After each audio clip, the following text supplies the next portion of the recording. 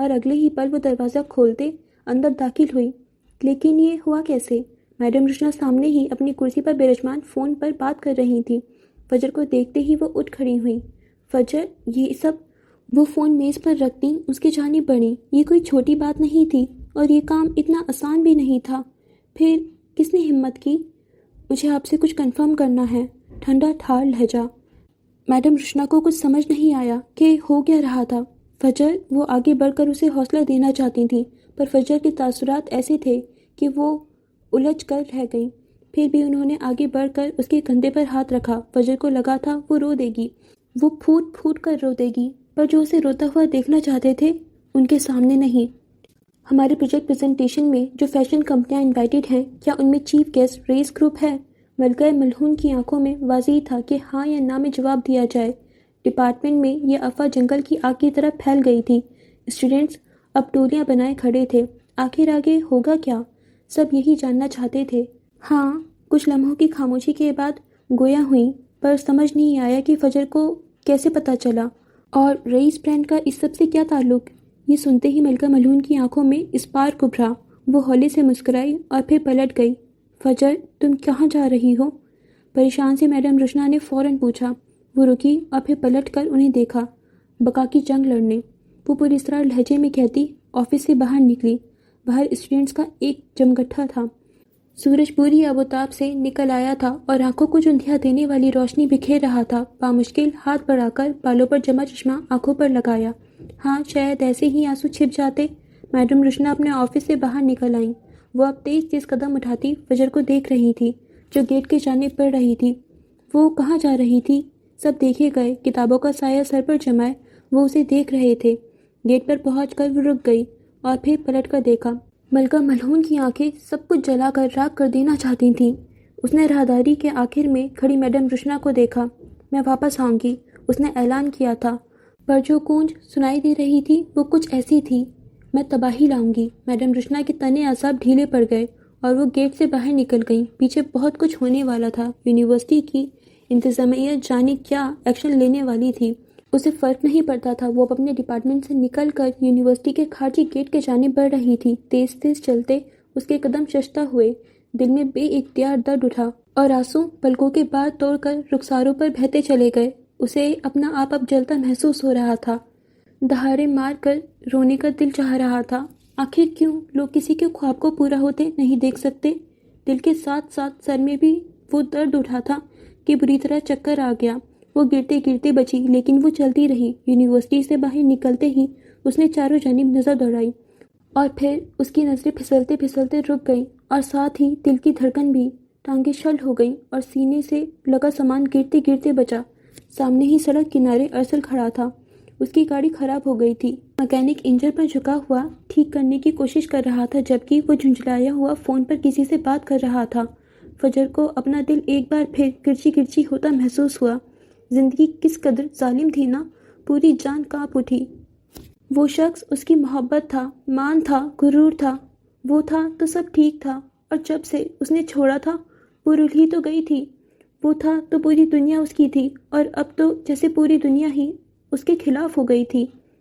ارسل دل بے اختیار ہی کرلا اٹھا۔ دھیمے مزاج کا ارسل بحران بری طرح تپا ہوا لگ رہا تھا۔ فجر کو لگا جیسے وہ جم گئی ہو، کچھ دکھائی ہی نہیں دے رہا تھا، سب دھندلا ہو گیا۔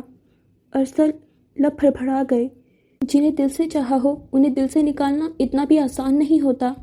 ایک آٹو اس کے سامنے آ کر رکا۔ بیٹا، جانا ہے؟ ایک ادھیڑ عمر آدمی سڑک سے آدھا فٹ اونچے فٹ پاتھ پر کھڑی فجر سے پوچھ رہا تھا۔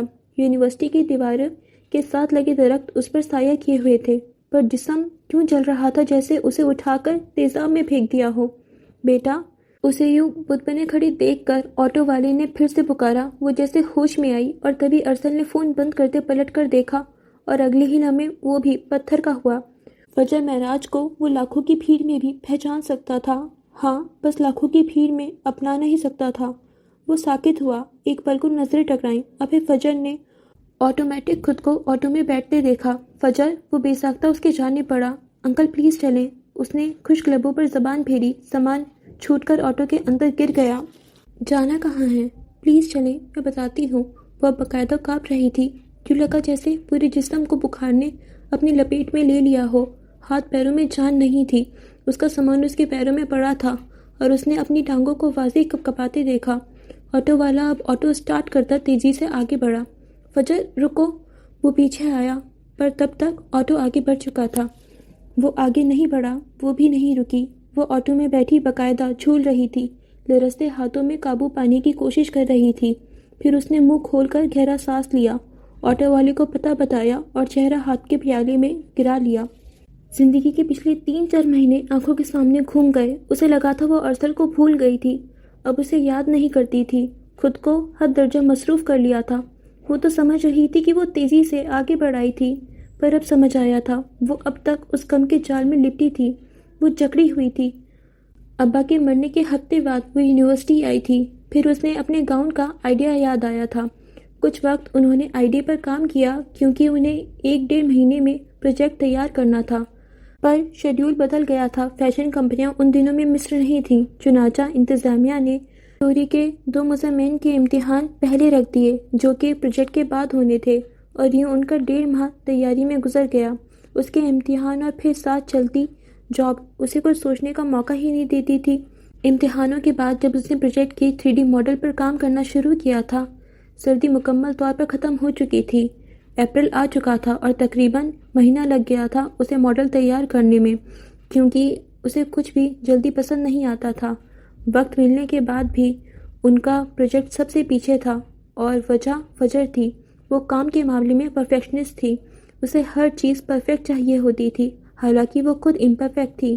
اور اب جب 15 دن رہ گئے تھے، جب اس کا گاؤن کا مشکل حصہ مکمل ہو چکا تھا، جب خواب تعبیر کے قریب تھا، پھر اچانک یہ سب کیوں؟ وہ پھوٹ پھوٹ کر رونا چاہتی تھی، پر رویا نہیں جا رہا تھا۔ سینے کی بڑھتی جلن اسے رونے نہیں دے رہی تھی۔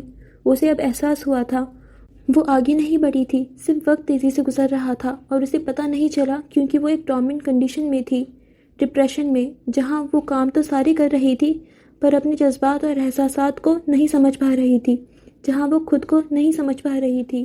پر ارسل کے سامنے آتے ہی چھناکا ہوا تھا، کھول ٹوٹ گیا اور اسے اب تکلیف محسوس ہو رہی تھی۔ باقی کا راستہ کیسے کٹا وہ کچھ نہیں جانتی تھی۔ اپنی ناقدری پر آنکھوں سے آنسو بہتے رہے، دل رو رہا تھا۔ مطلوبہ جگہ پہنچ کر آٹو والے نے آٹو روک دیا۔ وہ اسے پیسے دیتی سامان اٹھا کر آٹو سے نکل آئی۔ شدید گرمی پڑ رہی تھی، حلق خشک ہو چکا تھا۔ اسے آج پہلی بار خوف محسوس ہوا، وہ اس محلے سے کبھی نہیں نکل پائے گی، اس کی کوئی پہچان نہیں ہوگی، اس کا کوئی نام نہیں ہوگا، وہ بس عام سی لڑکی رہے گی۔ کل کو کسی بلقیس کا بیٹا آئے گا، اسے بیاہ لے جائے گا اور وہ ساری زندگی ایک ناپسند زندگی گزار دے گی۔ گلی سے گھر کا سفر انہی خوفناک سوچوں کے زیر اثر گزرا۔ گھر کے گیٹ پر پہنچ کر اس نے زور سے دروازہ بجایا۔ چند لمحے گزر گئے، اماں نہیں آئی۔ اس نے پھر سے دروازہ بجایا، اس بار دروازہ کھول دیا گیا۔ چہرے پر پسینہ چمک رہا تھا۔ اماں اسے دیکھ کر چونکی ضرور، پر کہا کچھ نہیں۔ اس کا ستا ہوا چہرہ اور سرخ متورم آنکھیں اس کے رونے کی کہانی سنا رہی تھیں۔ وہ بھاری آواز میں سلام کرتی اندر داخل ہو گئی، برآمدے تک آئی، سامان چارپائی پر پھینک دیا، چادر اتار کر پھینکی۔ آس پاس اونچے اونچے گھر تھے، ان کا گھر چھوٹا اور دبا ہوا تھا، اس لیے دھوپ کم پڑتی تھی اور کمرے ٹھنڈے تھے۔ پھر اس نے بیگ اٹھاتے موبائل نکالا۔ صفدر کی کئی کالز تھیں، کچھ کلاس فیلوز نے میسج کر رکھے تھے۔ اس نے بٹن دبا کر موبائل آف کر دیا، جھک کر جوتے اتارے اور بالوں کو اچھے سے باندھ لیا۔ کیا ہوا ہے؟ اماں نے چارپائی پر پڑے سامان کو دیکھا۔ ملکہ ملعون کی جنگ کا آغاز، وہ سپاٹ لہجے میں کہتی اپنے کمرے کے جانب بڑھی، پنکھا چلایا، دروازہ بند کر لیا اور پھر موبائل میز پر پھینکتے خود کو بستر پر گرا دیا۔ سر میں شدید درد ہو رہا تھا، یوں لگ رہا تھا جیسے پھٹ جائے گا۔ دل متلا رہا تھا، یوں جیسے کہہ آ جائے گی۔ بستر پر لیٹتے ہی آنکھیں بند کر لیں۔ اسے فرار چاہیے تھا، اپنے دماغ کو پرسکون کرنا تھا، سونا تھا تاکہ وہ جب اٹھے تو کچھ سوچ سکے۔ کئی لمحے گزرے، کئی منٹوں میں بدل گئے، کئی آنسو کنپٹی سے پھسلتے تکیے میں جذب ہونے لگے۔ وہ یوں ہی لیٹی رہی، جانے کتنے منٹ کتنے گھنٹے، آنکھیں بند کیے لیٹی رہی۔ سر درد تھوڑا کم ہوا تو سو گئی، اور سوتے ہی بھی اس کے چہرے سے کرب واضح تھا۔ یہ بقا کی جنگیں اتنی آسان نہیں ہوتی۔ جہاں فجر معراج کی زندگی تیزی سے آگے بڑھ رہی تھی، وہیں ولیم کی زندگی کہیں رک سی گئی تھی۔ وقت تھا کہ آگے ہی نہیں بڑھ رہا تھا۔